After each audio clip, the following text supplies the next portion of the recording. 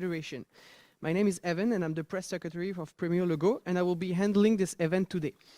Le Premier ministre du Québec, M. François Legault, est aujourd'hui accompagné virtuellement de M. John Horgan, Premier ministre de la Colombie-Britannique, M. Jason Kenney, Premier ministre de l'Alberta, M. Scott Moe, Premier ministre de la Saskatchewan, M. Brian Pallister, Premier ministre du Manitoba, M. Doug Ford, Premier ministre de l'Ontario, et M. Blaine Higgs, Premier ministre du Nouveau-Brunswick.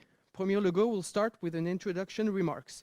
He'll then be followed by Premier Horgan, Premier Kenney, Premier Moe, Premier Pallister, Premier Ford and Premier Higgs. Nous prendrons ensuite les questions des journalistes présents ici, mais aussi à distance. Sans plus tarder, je passe la parole au Premier ministre du Québec, M. François Legault. Bonjour tout le monde. Je vais commencer en français, puis je vais, and then I'll say a few words in English. Je veux d'abord saluer mes collègues, les premiers ministres des autres provinces et territoires. Aujourd'hui, il y a plusieurs premiers ministres qui sont avec nous, mais c'est une demande qui est unanime de la part de tous les premiers ministres des provinces et des territoires. On répète une demande importante à M. Trudeau à la veille du dépôt du budget fédéral. C'est urgent d'agir pour augmenter le financement des soins de santé en augmentant les transferts fédéraux en santé. C'est un problème qui peut sembler technique pour plusieurs personnes, mais ce n'est pas abstrait, c'est très concret et ça a des répercussions majeures sur les services qui sont donnés à la population. C'est aussi une question d'équité entre les ordres de gouvernement. Actuellement, les provinces et territoires ont un problème très important pour financer les soins de santé. Ce problème a été empiré avec la crise de la COVID. Et la solution, on pense que ça passe par une augmentation des transferts en santé sans condition. Une des craintes qu'on a, M. Trudeau a déjà dit qu'il voulait faire des transferts conditionnels. D'abord, on pense que ça ne respecte pas les champs de compétences des provinces et territoires. C'est clairement la santé, c'est clairement un domaine de compétences des provinces et des territoires. Et c'est important là, de ne pas centraliser puis créer des problèmes de gestion dans la Fédération canadienne. M. Trudeau aussi nous a dit, nous a répété au cours des dernières semaines, des derniers mois, qu'il souhaitait d'abord s'occuper de la pandémie et ensuite du financement de la santé. On n'est pas d'accord avec lui. On pense qu'au contraire, il y a des décisions importantes qui doivent être prises maintenant, parce que les provinces et territoires vont aussi déposer leur budget prochainement, puis on doit se poser des questions sur les services qu'on est capable de financer à la population. Je vous donne l'exemple du Québec. On a augmenté de 8 000 le nombre de préposés dans les CHSLD, mais la question qui se pose, c'est comment fait-on pour financer ces nouveaux postes au cours des prochaines années? Donc, il y a des décisions importantes qui vont se prendre dans les prochaines semaines et c'est important que le gouvernement fédéral fasse sa part. Pour expliquer rapidement le problème qu'on vit, à cause des impacts du vieillissement de la population, des impacts des nouvelles technologies et des médicaments, on a une augmentation des besoins de 5 % par année en santé. Or, la contribution du gouvernement fédéral n'augmente que de 3 % par année. Donc, année après année, la proportion des dépenses de santé financées par le gouvernement fédéral diminue. On en est actuellement à seulement 22 %. Ça veut dire que les provinces et territoires financent actuellement 78 % des dépenses de santé et de la croissance exceptionnelle. C'est la seule dépense, tout gouvernement confondu, qui augmente de 5 % par année. Donc, le problème se creuse année après année. Ce qu'on demande, notre demande unanime est très concrète, très claire. On demande que le gouvernement fédéral augmente sa contribution de 22 des dépenses de santé à 35 des dépenses de santé. Concrètement, ça veut dire que les transferts en santé passeraient de 42 milliards par année à 70 milliards par année. C'est donc une augmentation qui est demandée de 28 milliards par année. Donc, la première chose qu'on va faire lorsqu'on va lire le prochain budget fédéral, c'est de voir quelle part de cette augmentation de 28 milliards a été acceptée par le gouvernement fédéral. Les ministres des Finances des provinces et territoires, avec le Conference Board, ont fait des prévisions, des projections de la situation financière et budgétaire des provinces, territoires et du gouvernement fédéral. Puis ce qu'on voit clairement, vous avez ces données-là dans les documents qui sont remis, c'est que actuellement, à très court terme, cette année et l'année qui va commencer, le gouvernement fédéral a un déficit important, mais la majeure partie de ce déficit est attribuable à des dépenses non récurrentes durant la pandémie. Donc, comme vous le voyez, dès les prochaines années, si on ne change pas le financement de la santé, le gouvernement fédéral va éliminer très rapidement son déficit, va même devenir en surplus, et les provinces vont accumuler des centaines de milliards de déficits annuels au cours des prochaines années. Donc, il y a vraiment un problème d'équité. Les Canadiens, les Québécois envoient à peu près 40 de leurs impôts à Ottawa, 60 dans les provinces et territoires. Mais actuellement, le gouvernement fédéral finance seulement 22 du problème financier majeur qu'on a, c'est-à-dire le budget de la santé. Donc, on pense que notre demande est raisonnable. C'est une demande qui est unanime, encore une fois, donc ce n'est pas une ou deux provinces ou territoires, ce sont toutes les provinces et territoires pour qui c'est la priorité, le problème le plus important. Et donc, on dit à M. Trudeau, c'est plus le temps des beaux discours, c'est le temps d'agir. I would like to say a few words in English. Today, we'll all have the same message for the federal government. Now is the time to act and increase the Canada Health Transfer. It's essential to do so for those who need treatments across the country. If the federal doesn't increase the transfer, there's a risk provinces and territories won't be able to pay for all the services their population need. At the end of the day, it's the most vulnerable people who'll suffer. Provinces and territories are currently paying 78% of health costs, and this proportion increases every year. Health cost goes up 5% each year, whereas the federal contribution only increased by 3%. So we ask the federal government to increase its contribution from 22% to 35%. This request is reasonable. It's based on long-term forecasts. It's made by every premier of every provinces and territories. So, Mr. Trudeau, now it's time to act. Merci. Thank you. On passe maintenant la parole au Premier ministre de la Colombie-Britannique, M. John Horgan.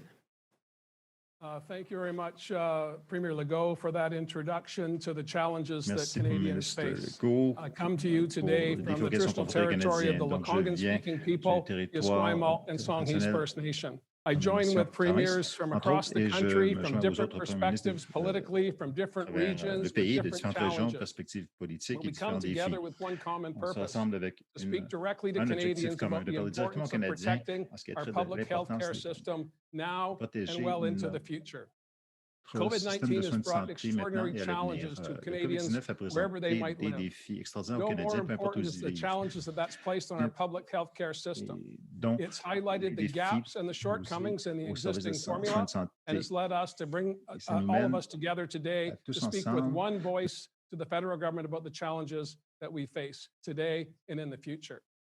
If we look back over the development of Medicare and public health care in Canada, in the 1960s, we had a 50-50 cost share program put in place.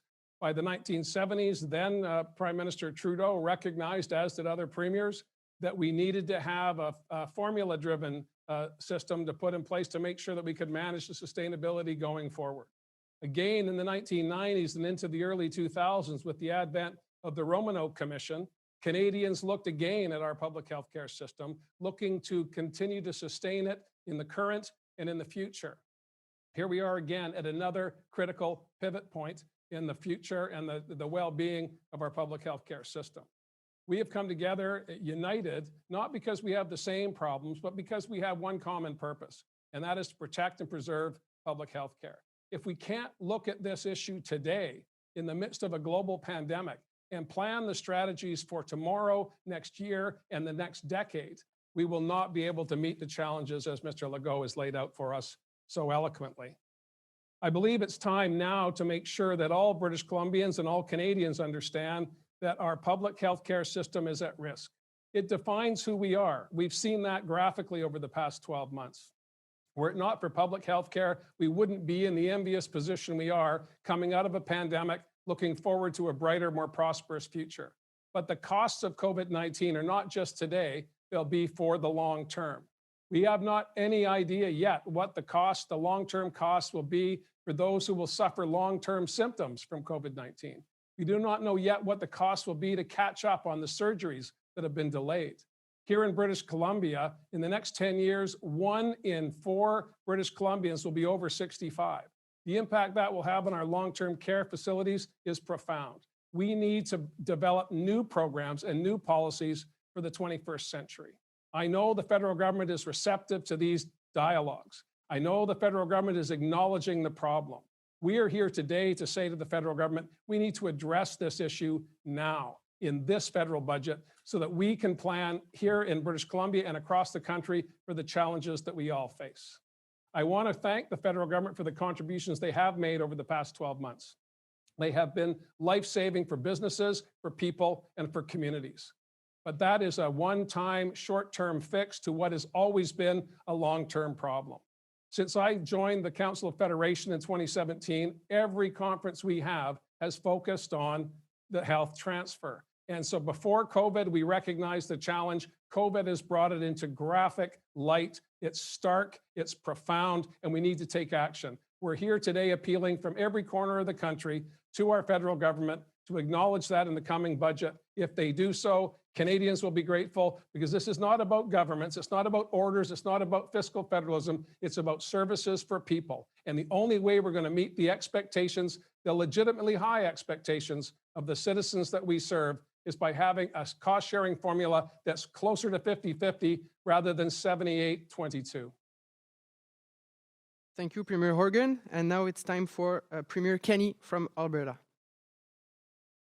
Thank you very much, and thank you, merci François d'avoir organisé cette conférence de presse. I want to join on behalf of Alberta, my colleagues from coast to coast, in calling for fairness in health funding.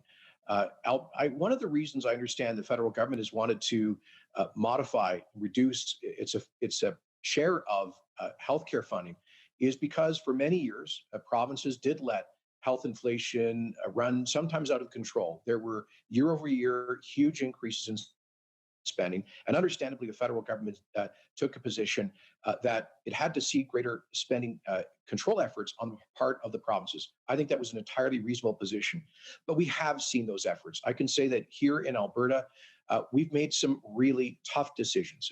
We've just gone through a year of difficult discussions with our medical association, representing our great physicians, coming to a tentative agreement that will effectively control future increases in spending in that area. We're finding savings all throughout our healthcare system, making very difficult decisions in the process. But even in that context, we've had to increase our budget for surgeries by $1 billion above and beyond the COVID crisis, and add hundreds of millions of dollars to address the mental health and addictions crisis that we've been living through here in this province. So even with extraordinarily difficult efforts, to control spending. We still have to spend more growing population, and the federal government is not participating. It's not helping us carry that burden, even though it has much greater fiscal debt. Now, of course, through much of our modern history, through the past 40 years, Alberta has had the greatest fiscal capacity of the provinces, but that's no longer the case.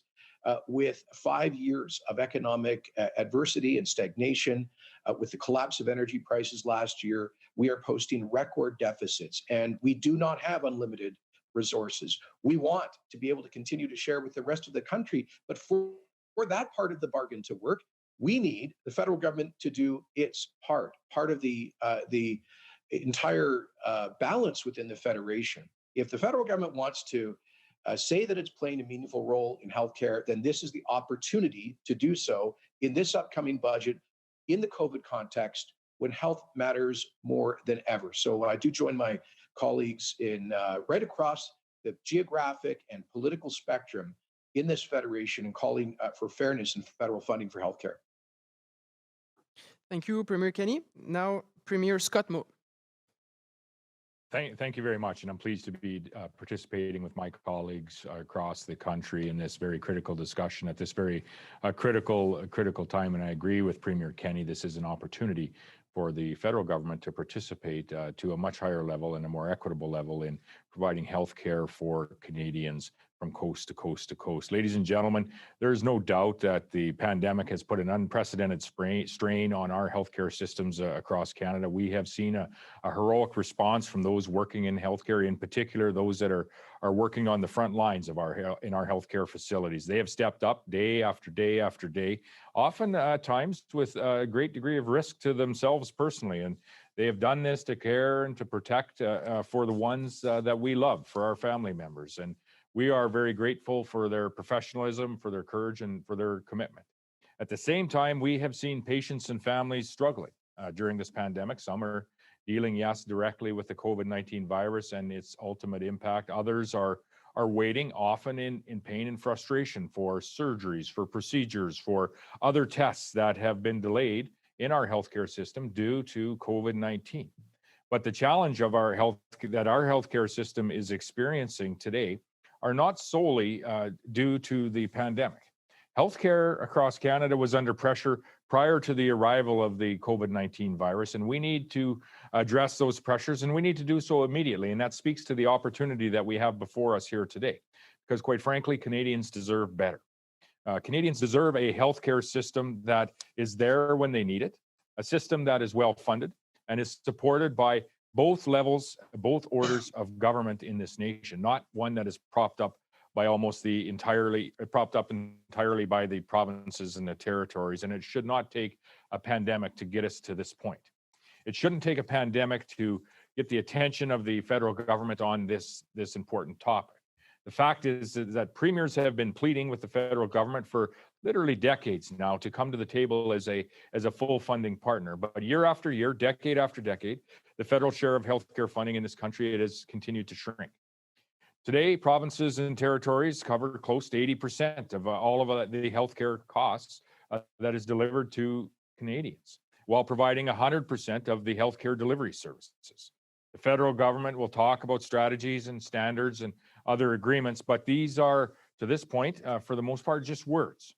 What we need is funding to be able to provide the very best core health care that we can to our citizens. I'll provide you an example of one of the challenges that we have here in Saskatchewan, an example in the impact to Saskatchewan citizens and ultimately families.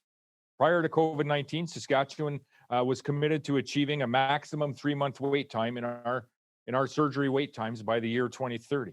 And we still want to get there, but we aren't able to do that alone now, particularly when the province covers about 78% of all the healthcare costs, including those in surgeries.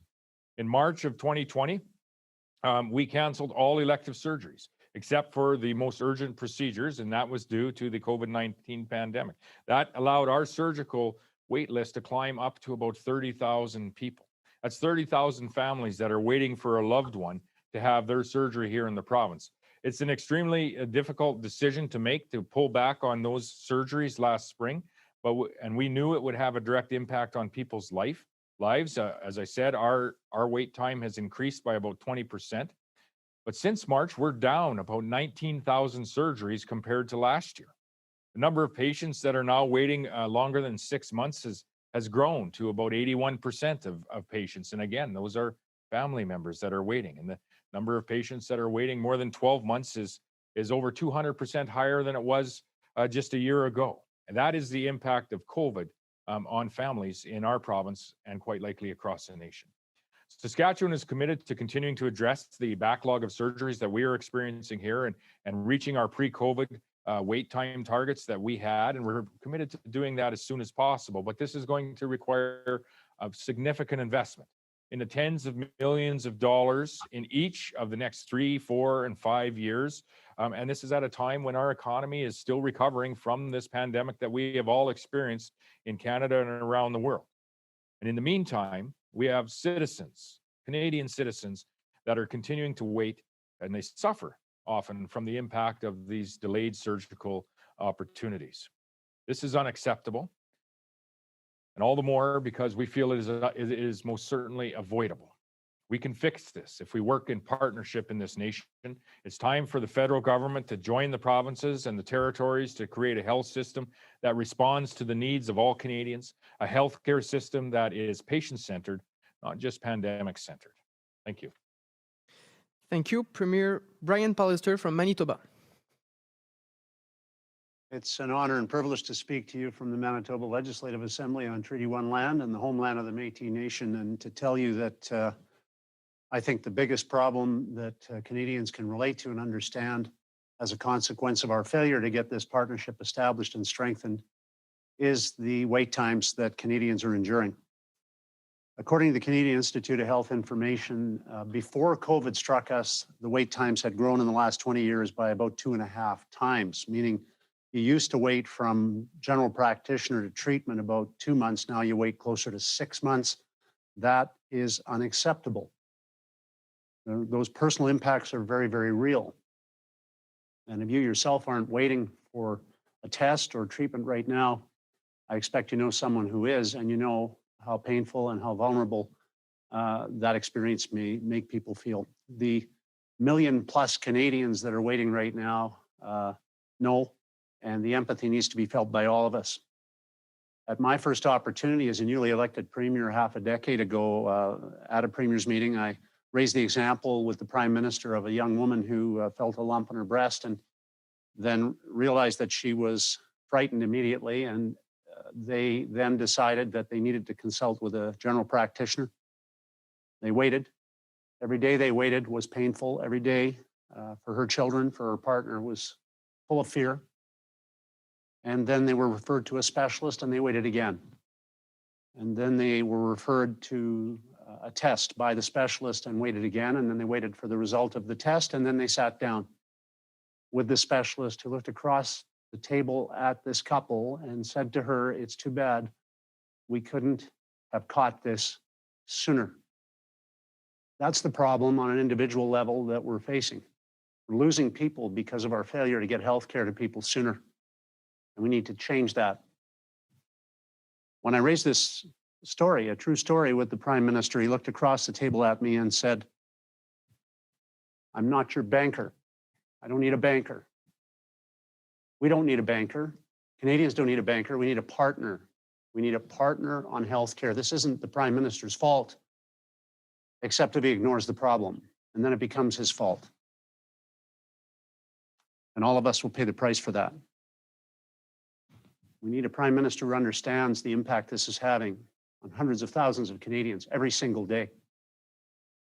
We have had a partnership federally and provincially during this pandemic, and I think it's demonstrated to all of us, I hope it has to all Canadians, how effectively this confederation can work when people commit to supporting one another in a genuine way. We need to do that same thing now. We don't need a banker, we need a partner. And the lengthening waits over the past 2 decades are only going to worsen as Canada's population ages, as the needs of a growing population, a growing Indigenous population, are going to be very real and present themselves in abundance. The after effects of COVID will make a bad situation much, much worse if they are ignored. So I say to my friends across the country and on this call that the post-pandemic pileup is coming. And it's real. And its impact on Canadians and their families and their friends is real too. The time is now. The time was 5 years ago, but the time is now to address this issue and to address it together. Thank you. Thank you. Premier Doug Ford from Ontario.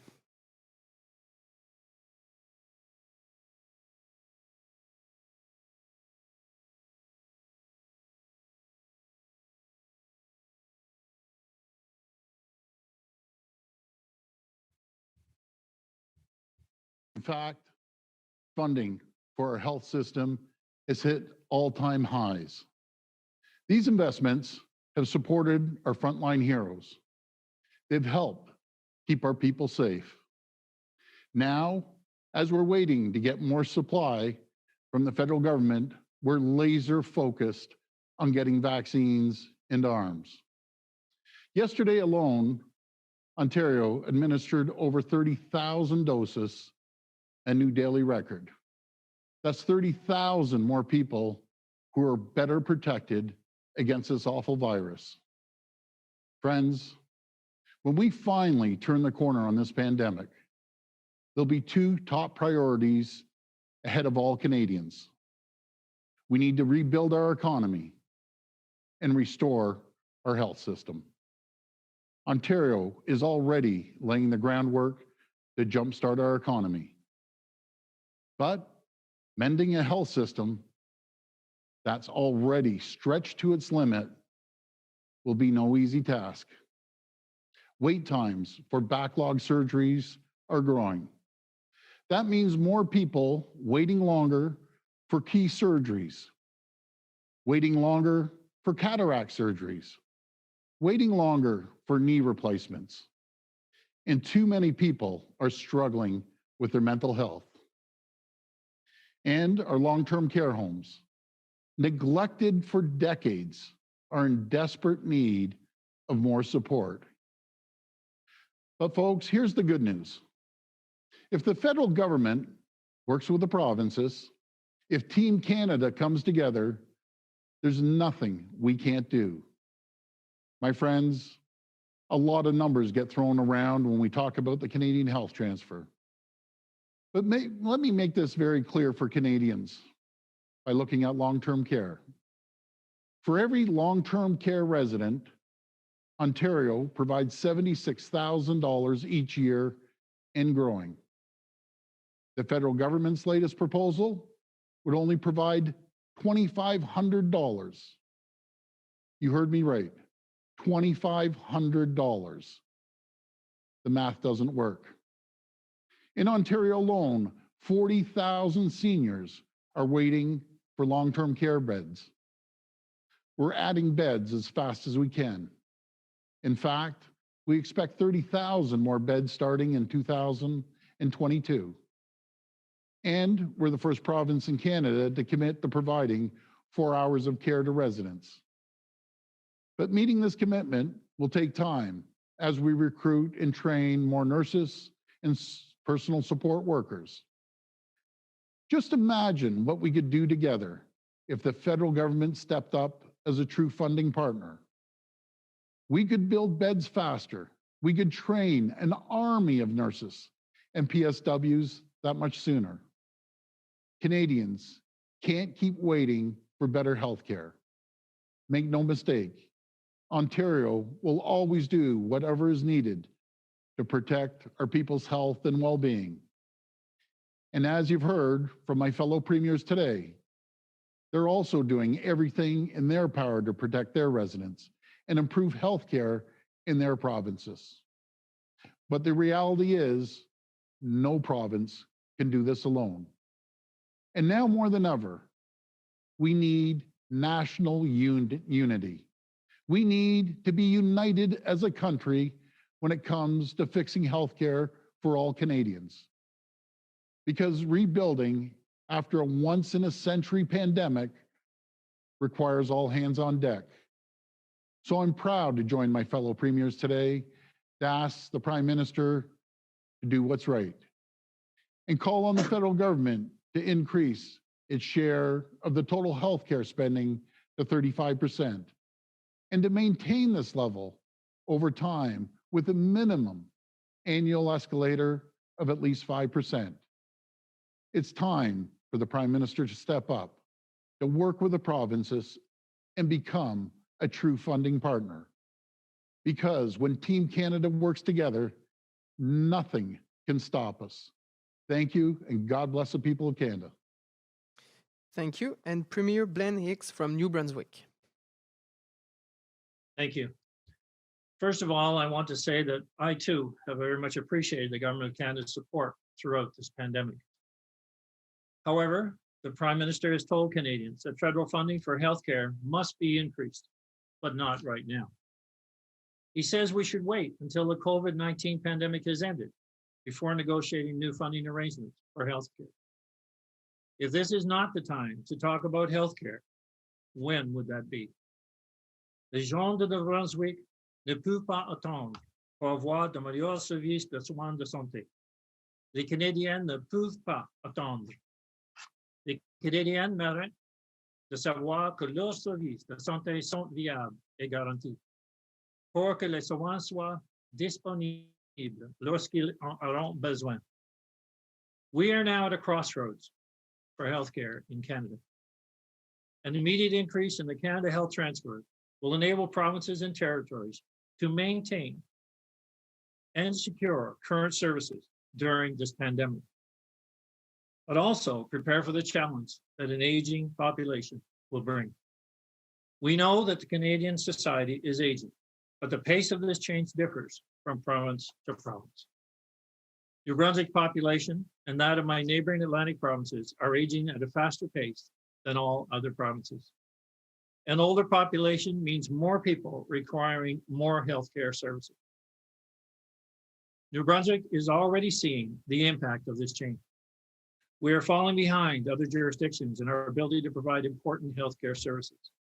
Only 45% of New Brunswickers can currently receive a hip and knee replacement within 6 months, compared to 72% for all of Canada.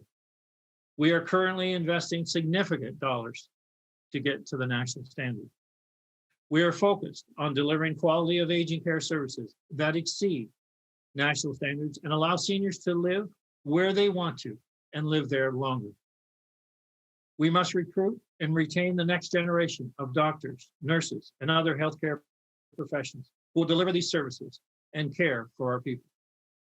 Most importantly, we must ensure equal standard of care exists across this country, because that is the intent of the Canada Health Act. Puisque cette vague démographique va frapper le Nouveau-Brunswick, nous travaillons afin de nous assurer que nos personnes âgées puissent continuer à vivre dans la dignité, en sachant que leurs besoins en matière de santé seront satisfaits. An aging population isn't the only challenge we're facing. There are so many others, including the increasing demand for mental health care. Just recently, a 16-year-old girl in our province took her own life after she was unable to access the services that she needed. The federal government needs to invest in healthcare for Canadians in a way that allows each province and territory to fulfill their obligation to deal most effectively with the challenges that each of us face. The federal government has demonstrated the fiscal capacity to make these investments just as they have done throughout the COVID-19 pandemic. La prochaine budget fédéral sera l'occasion de renouveler nos ententes financières et d'obtenir des services de santé pour les Canadiens, dès maintenant et pour les années à venir. Les Canadiens ne peuvent attendre. We need to have stability, consistency, and reliability in long-term care of our Canadian citizens. This obligation is so much more than a political statement.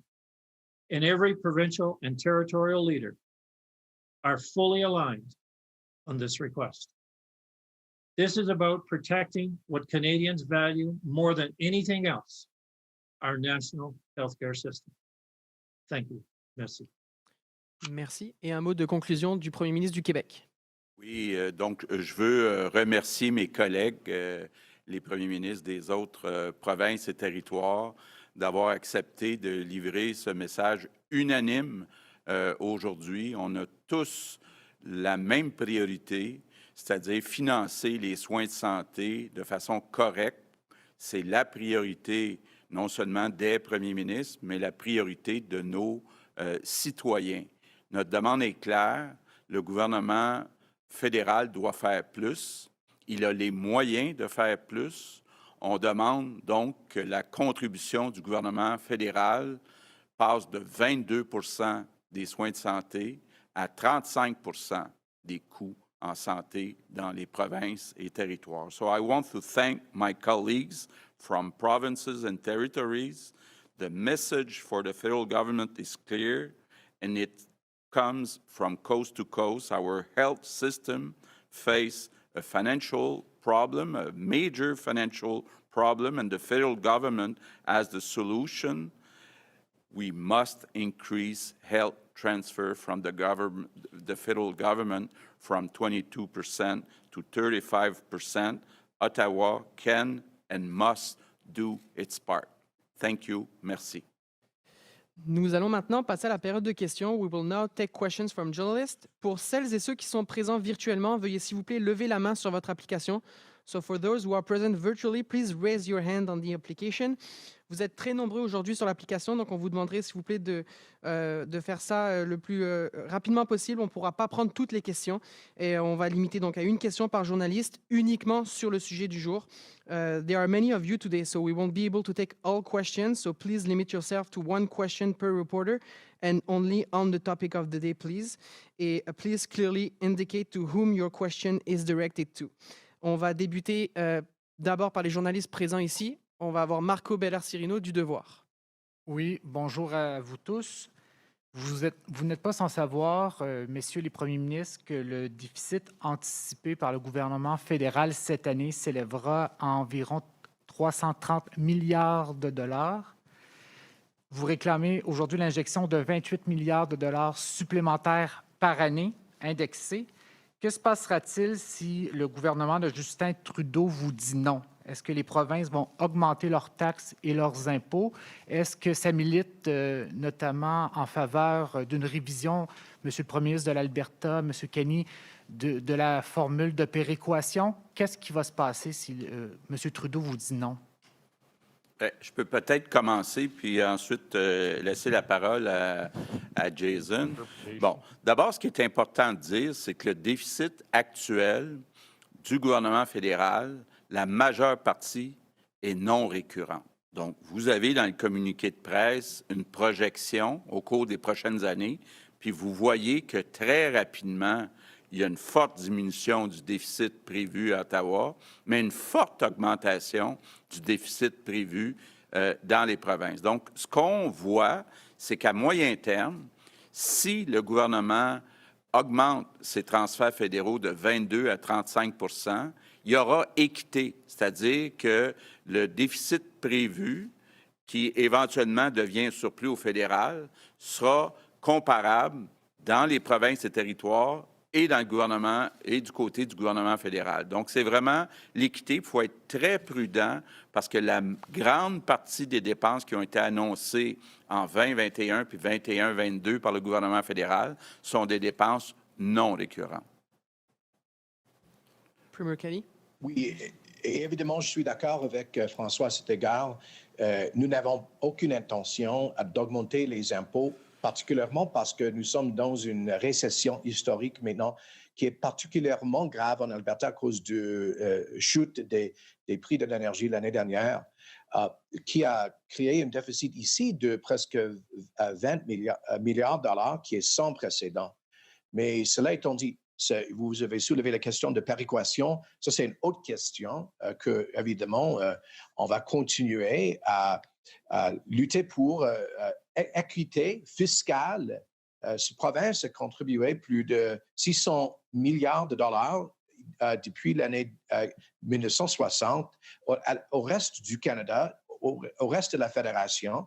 Et nous voulons continuer à jouer ce rôle-là, mais dans une crise comme maintenant, nous demandons que le gouvernement fédéral augmente le programme de stabilisation fiscale qui est là pour les provinces qui ont une chute tout à coup dans leurs revenus, comme nous avons ici.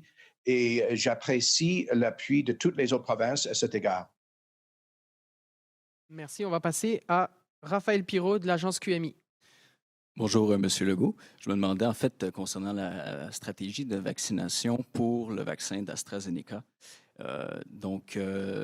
Hier, évidemment, le gouvernement fédéral, en fait, l'Agence publique de santé n'a pas interdit, en fait, la vaccination d'AstraZeneca aux personnes de 65 ans et plus. Mais ce n'était pas encore clair, là, la stratégie de Québec concernant ça. Je voulais avoir votre réponse là-dessus. Bon. Je vais répondre rapidement à votre question, mais on n'est pas tout à fait sur le sujet du jour. Mais d'abord, on veut utiliser les vaccins d'AstraZeneca. On veut les utiliser de façon sécuritaire. Donc, on va suivre les recommandations de la santé publique. On devrait avoir des suggestions. Je voyais aujourd'hui que certains pays en Europe vont même l'utiliser pour les plus de 65 ans. Donc, on attend d'avoir les avis, mais c'est clair qu'on veut utiliser ces vaccins-là puis les utiliser de façon sécuritaire. On va se limiter aux questions concernant les transferts fédéraux en santé. On va y aller avec Véronique Dubé de TVA Nouvelles. Bonjour. En fait, le premier ministre Trudeau semble vouloir tenir mordicus à ces normes pan-canadiennes en CHSLD. Là, vous dites, c'est de l'ingérence. Est-ce qu'il y a une façon de réconcilier les deux, de trouver une mesure entre les deux de votre côté? Bien, le problème qu'il y a, c'est que les priorités sont différentes d'une province à l'autre. Puis les gestes qui ont été posés jusqu'à présent sont différents d'une province à l'autre. Prenez justement les soins de longue durée. Le gouvernement du Québec a déjà investi plus de 500 millions juste pour l'embauche de préposés dans les CHSLD. Donc, M. Trudeau ne peut pas dire « je vais vous donner de l'argent en autant que ça soit investi ». C'est déjà investi. Là, le problème qu'on a, c'est la récurrence. Donc, c'est pour ça qu'on a besoin, puis pense que pour une gestion efficace, c'est souhaitable que le champ de compétences des provinces et territoires soit respecté. We'll take a last questions on the floor from CBC Montreal, Verity Stevenson. If you don't get the funding if Trudeau says no, basically, what will happen to the 8,000 PABs that you mentioned that you hired this year? Of course, as you know, we have a minority government. So we've already met with the representatives of the opposition parties in Ottawa. I think if we're not able to settle all the problems in the next budget, we'll continue because it's clear the federal government will have the money available in the next few years to finance more of the health costs in provinces. And I think it's the top priority of Canadians. And I think it's important before announcing new programs in other areas that we first settle this problem, which is the top priority of Canadians. You won't cut those positions? We won't cut what? You won't cut those positions, the 8,000 positions? We don't want to do so. We need so, but right now, like in other provinces, we have a structural deficit in the province of Quebec. You'll see that in our budget. So that's why we need a larger contribution from the federal government. We'll now take questions online. Just a reminder to raise your hand so I can see if you have questions for the premiers. We'll start with Jeff Gray from the Globe and Mail.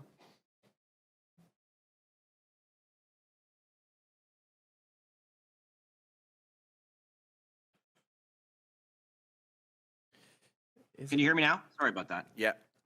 I just wanted to ask about where this longstanding demand for the health transfers, how does that fit in the priorities with the other things that I'm sure you're asking for from the federal government? This need for sort of a renewed safe restart agreement and money for municipalities for other costs that are directly related to the pandemic. Okay. We had a press conference a few months ago, and we said all together that we have three priorities. The first one is this one.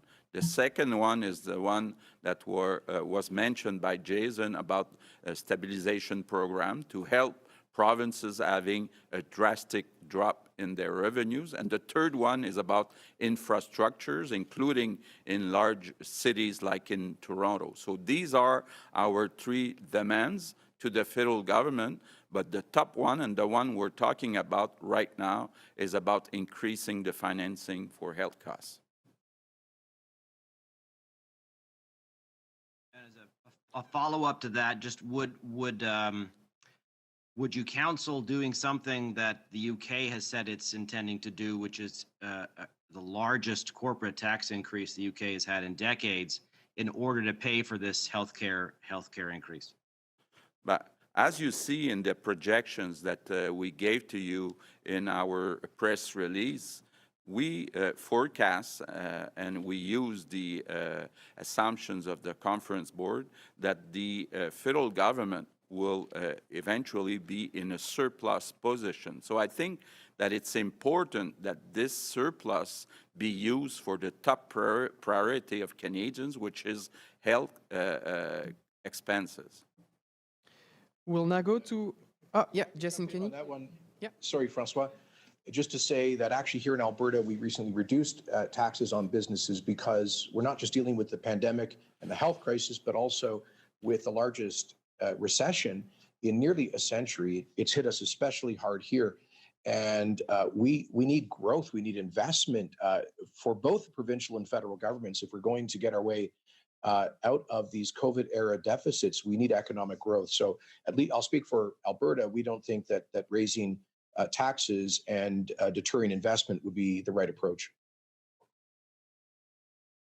We'll now switch to Arthur White-Crummy from the Regina Leader Post.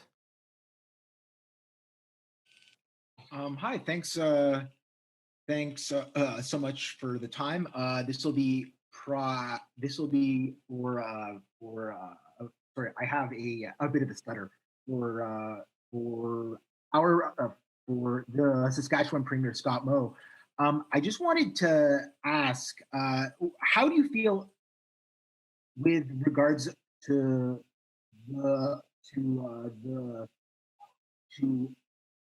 this funding boost that you're actually calling for, that it would come in a way that it was streamed towards long-term care and also pharmacare and those kinds of dedicated streams, and that it may come along with some kind of a national sort of overall standards for long-term care? I think those are, thank you, Arthur. Those are important initiatives. Long-term care, mental health and addictions, pharmacare, those are all important initiatives. And I understand why the federal government might want to prioritize those initiatives. But the fact of the matter is that we need a full funding partner in the very core services that our healthcare systems are delivering across this nation. Now, whether the government remains where they are at about a 20 or 22% partner, the federal government, or whether they take this opportunity that's being provided to them yet again today to increase that to be a full funding partner in providing healthcare to Canadians across the nation and increase it to 35% and keep it there, it is still going to be the provinces that are going to deliver this healthcare. Premier Legault had alluded to earlier, he's had to hire at least 8,000 additional healthcare workers, provincially employed additional healthcare workers, to address some of the challenges that he's having in his province of Quebec. We are all faced with similar but diverse challenges across the nation, and that's why we need the federal government to step up and correct what has been a decades-long challenge in becoming a full funding partner in providing the very core services services of healthcare in our communities across this nation. We have a surgical wait time in Saskatchewan that we need to address over the course of the next number of years. That's going to take some investment. We all have, I think, an increasing conversation and increasing services, to Blaine Higgs' point, in the area of mental health and addictions, and how we are going to work with our communities to support those family members that may be struggling with mental health and all too often the subsequent addictions. Long-term care is going to continue to is going to continue to need investment and now and into the future. Doug had shared the costs of a long-term care resident in Ontario and what the relative cost of the federal program actually amounts to in relation to the total cost of our long-term care residents in our communities across Canada. So those are important initiatives. I understand why the federal government would prioritize them. They most certainly need to be above and beyond the consideration and the opportunity that the federal government has to be a full funding partner in the very core services of healthcare that we're providing Canadian residents.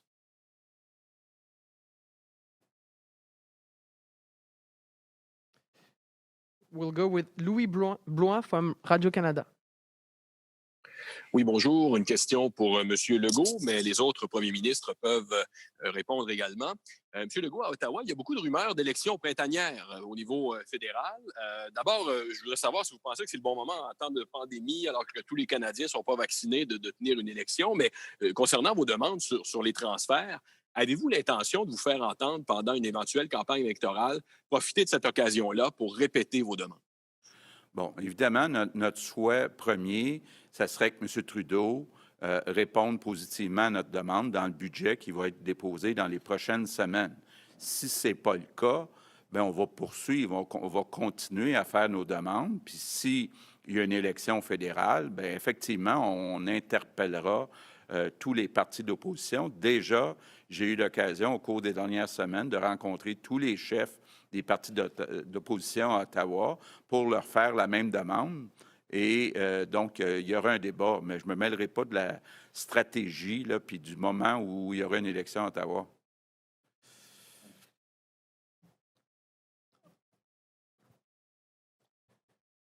On va passer à Catherine Lévesque de la Presse canadienne. Oui, bonjour à vous tous. J'aimerais poursuivre dans la même lignée, M. Legault. Je comprends que, bon, vous réitérez cette demande depuis plusieurs mois. S'il n'y a rien qui vous satisfait dans le prochain budget, c'est quoi la prochaine étape? Est-ce que vous avez tenté de défaire le gouvernement Trudeau? And if I can just quickly ask the Premier Pallister, you said something about the Prime Minister saying, I'm not your banker. Can you just provide more context about that? Merci. So do you want to start, Brian? Go ahead, François. OK. Donc, bien, écoutez, c'est sûr qu'actuellement, la demande qu'on fait est raisonnable. C'est-à-dire que ce n'est pas acceptable que la dépense, la seule dépense qui augmente de 5 % par année, que les provinces et territoires doivent en supporter 78 %, puis que ce pourcentage-là augmente à chaque année. C'est structurel. Les besoins augmentent de 5 % puis les transferts fédéraux augmentent de 3 %. Donc, ça devient mathématique, année après année. Le pourcentage qui est financé par les provinces bien, est de plus en plus grand. Puis à partir du moment où, disons que nos revenus dans les provinces augmentent de 3 % par année, puis que le budget le plus important augmente de 5 % bien, c'est mathématique. On se retrouve dans une situation de déficit. Puis au même moment, on regarde au fédéral, c'est exactement le contraire, c'est-à-dire que les revenus augmentent plus vite que les dépenses. Donc, il y a une marge de manœuvre qui a été très utilisée en 2021 puis 21-22 pour des dépenses non récurrentes pendant la COVID. Mais comme vous le voyez dans les projections qu'on vous a remises, bien, le fédéral va se retrouver avec une grosse marge de manœuvre dans les prochaines années, alors que les provinces et territoires vont se retrouver avec un gros déficit. Donc, il y a un problème d'équité, là, parce que ce sont les mêmes contribuables canadiens qui payent des impôts au gouvernement et à Ottawa et dans les provinces et territoires. Brian? Yeah, merci. I think it comes down to thinking with your head in the absence of your empathy is a danger We're all delivering healthcare as premiers. We are on the front line in respect of being in contact on an almost daily basis with not just the impacts of COVID in this time of our lives, but also the impacts of healthcare services when they're available, when they're not available. I spoke to a fellow the other day, and he's waiting for a hip over a year. And I asked him how it was going. He said, "I can't sit, I can't sleep, I can't work." That is the consequence for over 1 million Canadians before COVID hit, maybe 1.5 million Canadians now, that they are dealing with the pain of waiting.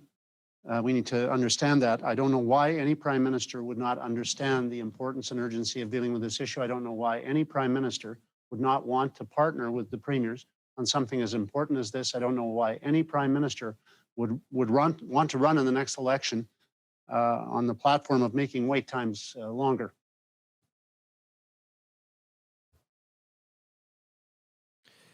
We'll now go to a question from CTV. Hi there, Kristen Ajikoli with CTV National News. My apologies for this not being a question about health transfer, but this is a vaccine question. For the premiers who have recently pivoted to delaying second doses by 4 months, are you basing this decision on NACI's advice, or what else is informing this change in rollout strategy? And I can leave the answer to any premier who wants to answer that, who applies. John, do you want to answer? Good answer for John. Sure, I'm happy to answer that question. Dr. Bonnie Henry, the public health officer here in British Columbia, brought, when we learned of the federal government's approval of AstraZeneca, that puts in stark contrast the challenges that we had to meet the expectations of British Columbians to get our rollout up to full speed. We have been depending on outsourcing these vaccines, as we all know, and that means the federal government has worked hard to get the vaccines to us in the provinces. Dr. Henry looked at the opportunity to vaccinate more people faster. She consulted with her colleagues across the country. She consulted with the National Advisory Committee. We looked at what was happening in the UK and Israel, in other places, and it was a pretty simple decision for us to say we want to get as many first doses in place as we can. And as the procurement of the federal government starts to ramp up in Q3, is the time to go back and get those second shots in place. So we took advice from Dr. Henry as a government. She consulted, as she has on all issues, across the world to see where best practices could be found. We believe this is the right way forward, and I understand the National Committee is confirming that today or has already done so.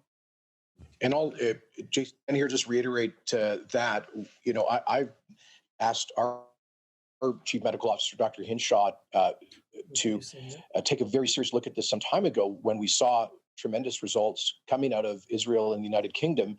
I don't think it's a coincidence that those two countries also have the most successful vaccine programs in the world, having inoculated, in the case of Israel, nearly 90% of their population, and Britain over a third of their population. And they've had, both of those countries have had about a 90-day duration between the Pfizer doses. I understand Quebec has positive experience with this.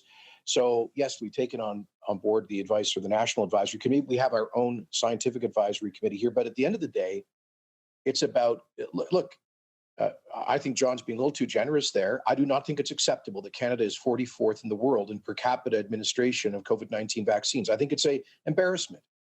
It is unacceptable, and it is causing lives. We just had an outbreak. We have an outbreak right now, driven by the new variant, in a seniors' residence in Edmonton. Sadly, they just got the vaccine on Monday, the very day that they started to get an outbreak in that center. They should have been vaccinated weeks ago, like they were in similar settings in the United States, Israel, the UK, and many, many, many other countries. And so this is extremely frustrating. And I think we have no choice but to expand the duration, the interval, to get more people covered. The data is pretty clear. You get 85 to 90% effectiveness in preventing major symptoms, even during that duration on a first dose. So it makes perfect sense to us. And I would just reiterate our call on the federal government. Stop letting us fall behind the rest of the world. We need these orders fulfilled immediately. That's also the reason that many of us as provinces are working together to see if we can support development of vaccines here domestically. I would just say, from Saskatchewan's perspective, and we'll be announcing this shortly, that we are officially moving to the 4-month interval. And listen, there's been two responsibilities. The federal government has had the responsibility of procuring vaccines, which they have done a disappointing job at best. I think is about all we can say. We see other jurisdictions around the world having access to far greater numbers of vaccines than we have here in Canada. You look to the south of us, where they're 20-30% vaccinated in many of the communities south of the 49th parallel. The province's job throughout this has been to administer those vaccines to Canadians as quickly as we can. And I know many of us have, although somewhat variable vaccine plans, they're all about getting those vaccines into Canadians' arms as quickly as we receive them. And we are proving most certainly to do that. As the data has been evolving, Dr. Shahab, our Chief Medical Health Officer, has also been in touch with his colleagues across Canada and around the world, following the evolving data on the interim of the 2 vaccination shots that are available. And really what we have done is acted on his advice in providing as many people as we possibly can in Saskatchewan with that first dose, to ensure that we are keeping as many people in this province as safe as possible in these early few months. As the access to a larger number of doses comes, then we are going to come in and ensure that everyone also then has access to their second dose in about 4 months' time. So this is about keeping Canadians safe. This is about provinces working with their chief medical health officers to administer as many vaccines to as many Canadians as quickly as we can possibly receive them, and we are doing just that. I would like to comment on that as well. I think in New Brunswick, certainly we've been very focused on border activities and controls in relation to the former Atlantic bubble, which we hope to get back there. But I think more importantly, to get back to cross-Canada travel. And so for us, that extension for 4 months, in following what has been proven to be an effective protocol for understanding if it's appropriate or not, is going to be very helpful to focus on travelers and rotational workers. And so we can once again get our borders opened up. And considering the fact that, 60% reduction in transmission by those that have been vaccinated is a reality with someone who's had their first dose, as I would understand, it's going to be very effective for us to get back and moving between provinces, as I say, not only in Atlantic Canada, but across the country. And that's what's going to be the true sign of us moving.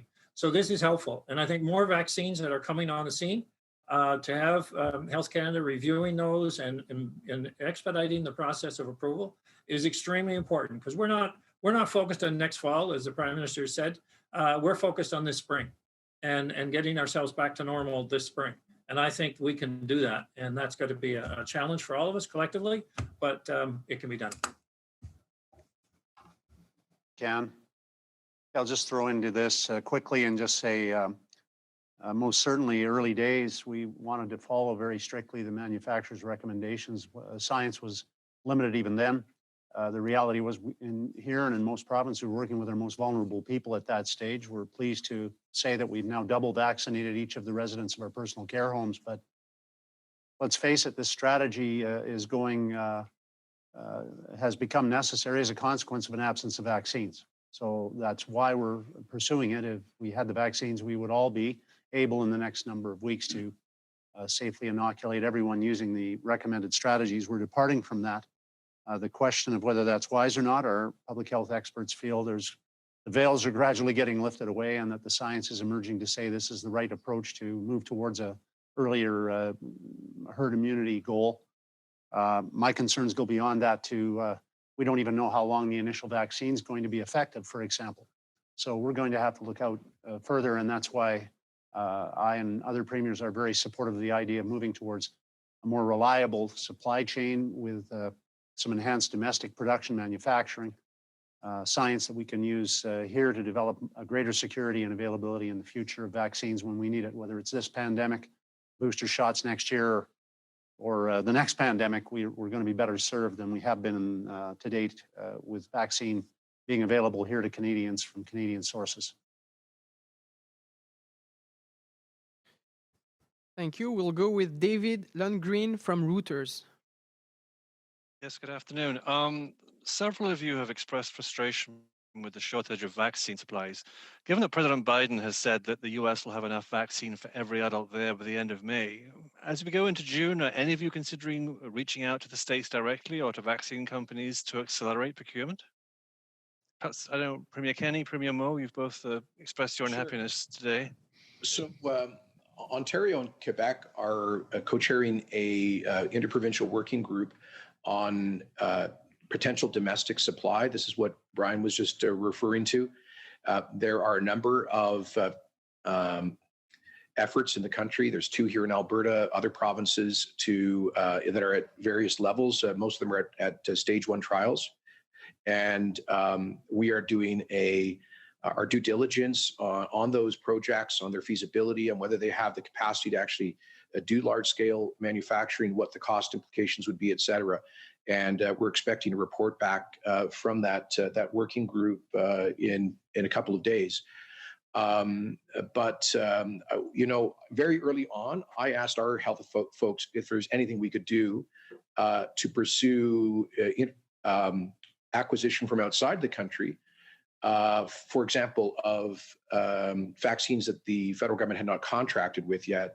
And our legal advice has been that the federal government has the total regulatory control over this, because for any COVID-19 vaccine to be imported into the country requires an approval number to be issued by Health Canada. So they've effectively taken a total monopoly on international supply, which is why we are looking at potentially supporting domestic production as a plan B.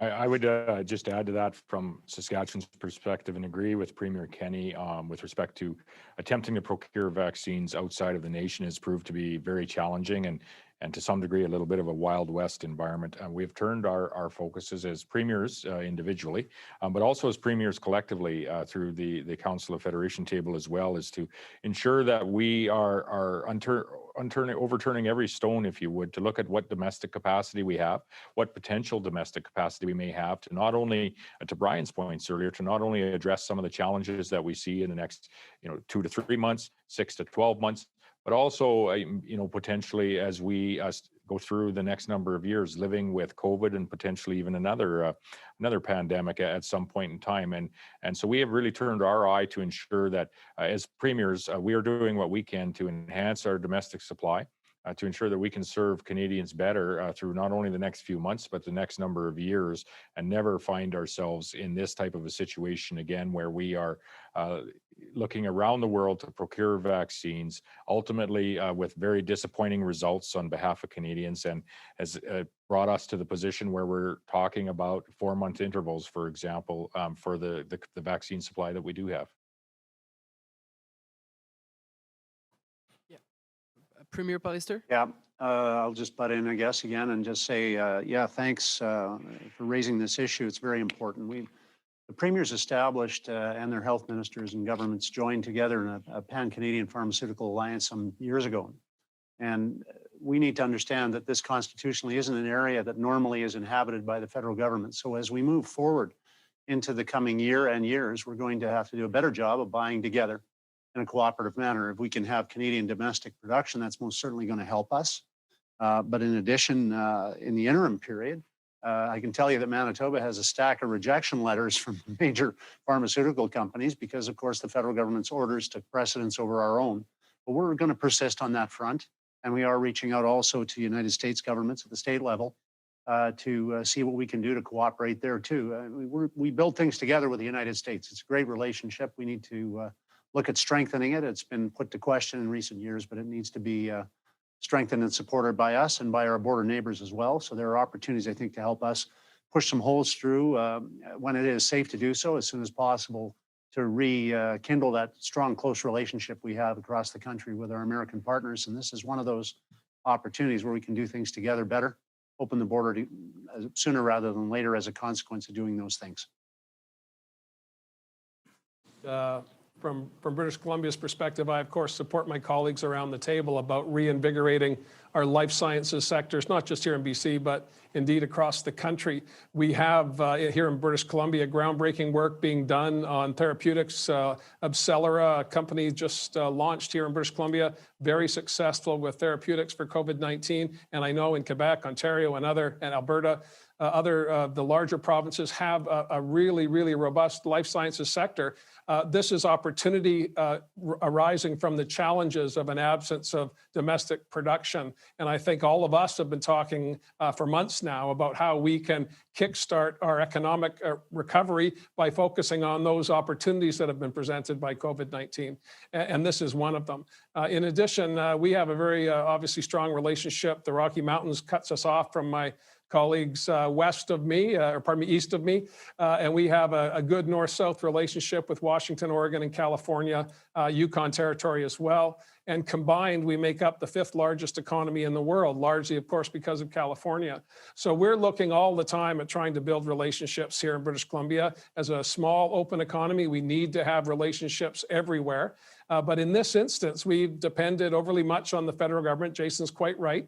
And the challenges are being felt acutely today by Canadians. Having said that, I'm optimistic that with AstraZeneca being approved, this gives us another tool in our arsenal as we launch or roll out our vaccination program. And I'm confident that we'll be meeting our targets that we set in early January. Again, though, the frustration that you're hearing around the table is real, not just by premiers, but by British Columbians and indeed all Canadians. We need to make sure we never find ourselves short again when it comes to providing life-saving therapeutics or vaccines to our citizens. In addition to that, though, it opens up a whole host of other supply chain challenges. Premier Ford was very quick off the mark when the pandemic hit to retool the manufacturing base in central Canada. These types of initiatives, out of necessity, I think will make us stronger coming out of this pandemic. Well, when it comes to Ontario, and thank you, Premier Horgan, I remember that. I remember getting up there and hearing President Trump saying he was going to cut us off with a 3M mask. And I said, never again in this country are we going to rely on foreign leaders or foreign countries when it comes to PPEs. And sure enough, with the support and collaboration, all the premiers right across the country, we are now self-sufficient. Right here in Canada, no matter if it comes to the N95 masks or surgical masks or gowns or face shields, we don't have to rely on anyone. And this is very similar to the vaccines. That's why right here in Ontario, again, we're working collaboratively with all provinces to make sure that we have manufacture of vaccines right here in this province. Not necessarily even for this round, but maybe a booster shot, vaccines for cancer vaccines.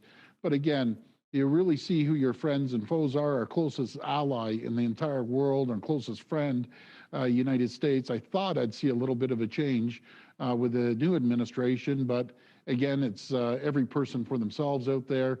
We have the smartest, the brightest people anywhere in the world right here in Ontario, and we're going to make sure that we manufacture vaccines somewhere here in Canada, but we're going to work together. And when it comes to the health transfers, what we're looking for is national unity. We need Canadians to come together.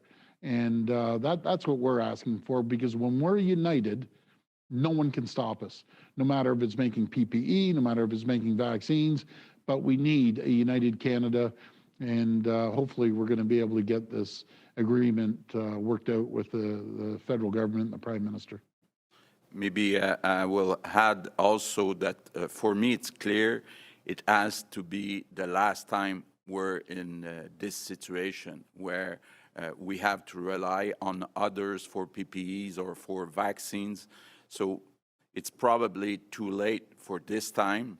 But if there's a pandemic in the next few years, another one, it's clear we have to be ready and we have to start working right now to have our own installation, our own plants, and be independent. We'll go with Anja from National Post. Yes, hello. Premier Legault, you said you have been meeting with opposition parties to discuss the health transfer. Can you tell us more about those meetings, and have any of the opposition parties committed to fulfilling your request if they're elected? Okay, I think that if I remember correctly, the NDP and the Bloc Québécois are ready to support us, including the amount of 28 billion. The Conservative Party is ready to support the principle of increasing transfer without conditions, but they haven't settled what would be the amount. And that's about it.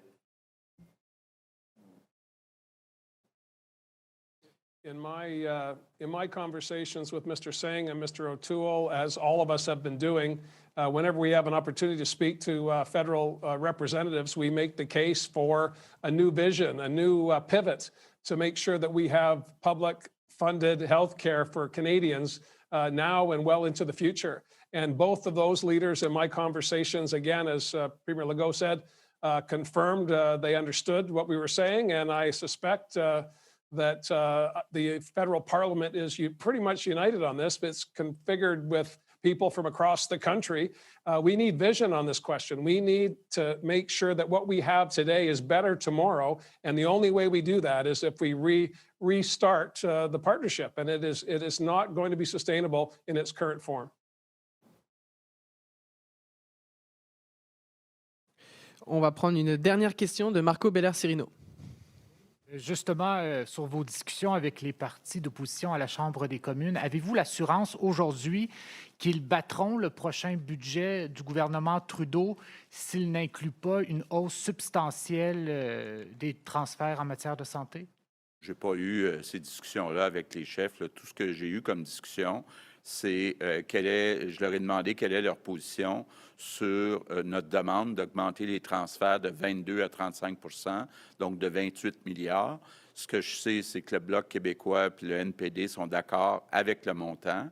Le Parti conservateur est d'accord avec le principe, mais n'a pas encore établi quel serait le montant. Maintenant, pour ce qui est de la stratégie concernant le budget, je n'ai pas discuté de ça avec les chefs. Par cohérence, on peut s'attendre à ce qu'ils votent en défaveur du budget s'ils n'incluent pas une hausse substantielle du transfert. Il faudrait leur poser la question.